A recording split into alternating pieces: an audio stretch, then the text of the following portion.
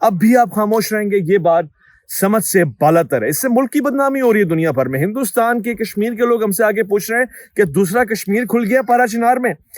یہ بے عزتی ہے، ذلت ہے. سرکاری لوگ اگر نہیں سمجھیں گے یا دیر سے سمجھیں گے بہت نقصان ہو چکا ہوگا. لہٰذا میں ایک تو اس ڈیمانڈ کو میں ذاتی طور سے ایگری نہیں کرتا کہ اسلحے سے پاک کرنا ہے تو سب کو اسلحے سے پاک کریں. پیچھے افغانستان کا اسلحہ بند کریں گے آپ، یا جتنا بھی یہ آپ کے پاس علاقہ غیر کا اسلحہ آتا ہے جس کو علاقہ غیر کہتے ہیں، اسلحہ بنتا ہے دنیا بھر کے جدید، کیا یہ پاسبل ہے؟ لہٰذا فی الفور دونوں جماعتوں کو، دونوں کمیونٹیز کو، بلکہ کمیونٹی کا مسئلہ یہ ہے ہی نہیں، یہ میں آپ کو بتاؤں، کمیونٹی کو اور تکفیری گروپ کو یہ ساتھ اگر ممکن نہیں کہ بیٹھ سکے. آپ جو دنیا میں پاکستان کے نامور چہرے ہیں، جو پاکستان کے معتبر علماء کرام ہیں، ان کو ساتھ بٹھا کے اس مسئلے کا حل طے کریں. کسی کی زبردستی نہ ہو سکے. ڈیمانڈ جس کی ہے وہ جتنی ہو سکتی ہے پوری ہونی چاہیے. میں اس حوالے سے مزید لاشیں نہیں دیکھ سکتا. میرے دوست جن کو میں ویڈیو نہیں دکھا سکتا، میں ان کو کس طرح سے تبصرہ کر کے بتاؤں کہ دنیا میں بے شمار چیزیں ہیں جو میں دکھانے کے لیے بے انتہا متحرک رہتا ہوں کہ ان پہ بات ہو، مگر ہمارا ملک ان مسائل سے نکل کے باہر نہیں آ رہا کہ بھائی لاشیں گر رہی ہیں، بے وجہ لوگ قتل ہو رہے ہیں، اور پھر وہی شہر، وہی کورم ایجنسی، وہی پارا چنار، وہیں کے لوگ. یعنی ایسا لگتا ہے کہ دنیا میں ایک پاکستان کو یہ جو حصہ ملا ہوا ہے پارا چنار کا، جو ہمارے خون میں شامل ہے، جس کے ساتھ ہماری سرحدی، علاقائی، مذہبی، دینی تمام رشتے ہیں، وہ اون ہی نہیں کرنا چاہتا. یہ صورتحال نہیں ہونی چاہیے، اس کی مذمت بھی ہے. خواتین و حضرات، میں ویلاگ میں ظاہر چاہتا ہوں کہ انفارمیشن بھی دیتا رہوں. یہ بہت امپورٹنٹ چیز تھی جس کو میں نے آپ کے سامنے شیئر کرنا تھا. ابھی تو میں نے کوئی آپ کو صورتحال بتائی نہیں ہے.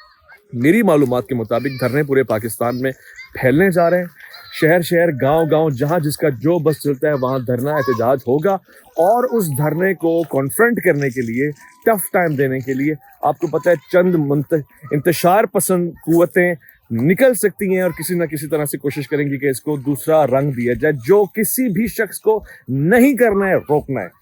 بہرحال میں اس سلسلے میں اتنا نہیں کہوں گا کہ ایسا نہ ہو کہ کسی کے حوصلے پست ہو جائیں، کوئی جانا سے انکار کر دے اور یہ سوچ کے کہ بھئی کوئی بات نہیں، ہمارا کوئی بھائی اگر پارا چنار میں زخمی شہید ہو رہا ہے تو ہم کیا کریں، ہم گھر بیٹھتے. ایسا نہیں ہے. ہر کسی کو اپنا ذمہ پورا کرنا ہے، چاہے شیعہ ہو، سنی ہو، وہابی، بریلوی، جو سا بھی ہو.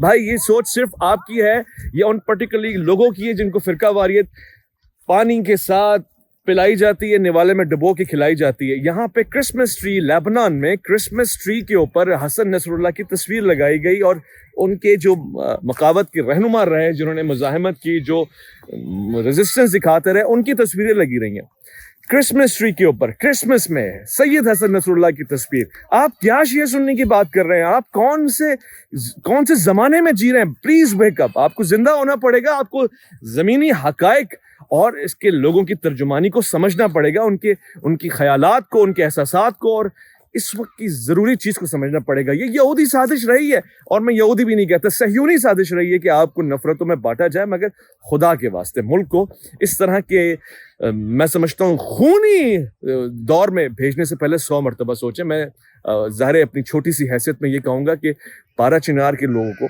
اسپیشلی پارا چنار کے لوگوں کو، دیکھیں دنیا میں بہت سارے لوگ ہیں.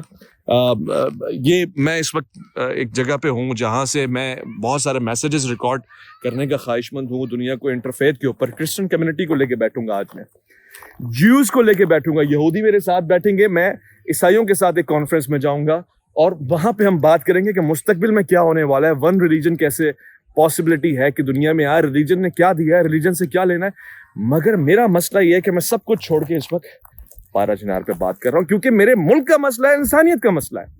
اور حیرت ہے کہ بڑے بڑے صحافی اس پہ خاموش آپ کو نظر آئیں گے. بڑے صحافی اس وقت بدقسمتی سے، میں جس اپنے دوست سینئر صحافی کو یہ کہوں کہ پارا چنار پہ بات کرو، وہ کہتا ہے یار اٹس اے سیکٹرین وائلنس. نو مین نو، یہ سیکٹرین وائلنس ہم نے بنا دیا ہے، ہم نے اس کو یہ رنگ دے دیا. اور اگر یہ سیکٹرین بھی ہے، اگر مان لیں بھائی، تو کیا سیکٹرین ہیومینٹیرین وائلنس نہیں ہوتے؟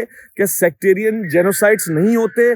کیا دنیا بھر، آپ میری بات سنیں، اسرائیل کے اندر فلسطین کو مارا جا رہا ہے، یہ بھی ایک سیکٹرین وائلنس. اگر خاموش رہنے کے ہم نے کوئی بہانے ہی ڈھونڈنے تو اٹس اے بوگس ون. میں سینئر صحافی حضرات سے ایک مرتبہ پھر سے درخواست کروں گا جو پورا سال ایک جماعت کو پیٹتے روتے دھوتے رہے کہ بھائی ان کے ساتھ یہ نہیں ہوا، ان کے ساتھ وہ ہوا، اس نے یہ کیا وہ کیا.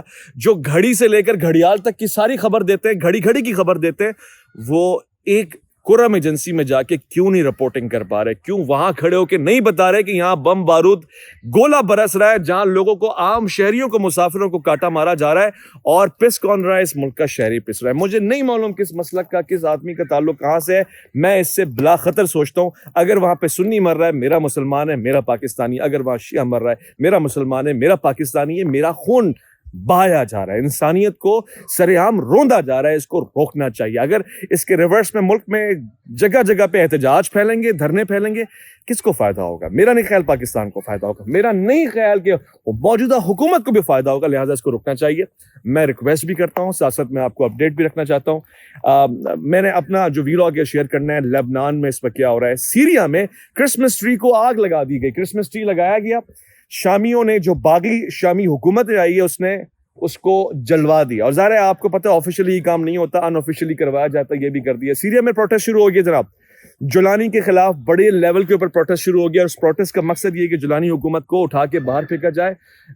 یہ سب کچھ میں نے آپ کو پہلے سے پریڈکٹ کر رہا تھا بہرحال کہ یہ ہوگا. سول وار نئے دور کی چھڑے گی. جتنا جولانی نے لیا ہے وہ تو آدھا اسرائیل لے گیا اس سے، مزید جو جولانی کے پاس ہے وہ بھی اسرائیل اس سے لے جائے گا. الجھایا جائے گا، لڑایا جائے گا، آپس میں تصادم پیدا کیا جائے گا، اور اس کو پھیلنا ہے. نیکسٹ باری جارڈن اور ایجپٹ کی ہے، اور ایجپٹ بھی اس حوالے سے محتاط ہو جائے. خواتین و حضرات، میں نے آپ کو اسپیشلی طور سے یہ بتانا ہے کہ آنے والے چند دن بہت امپورٹنٹ ہے پاکستان ہندوستان میں. میں بہت پہلے سے کہتا آ رہا ہوں، please please please be aware and not to be a part of any sectarian violence. اللہ کی امان.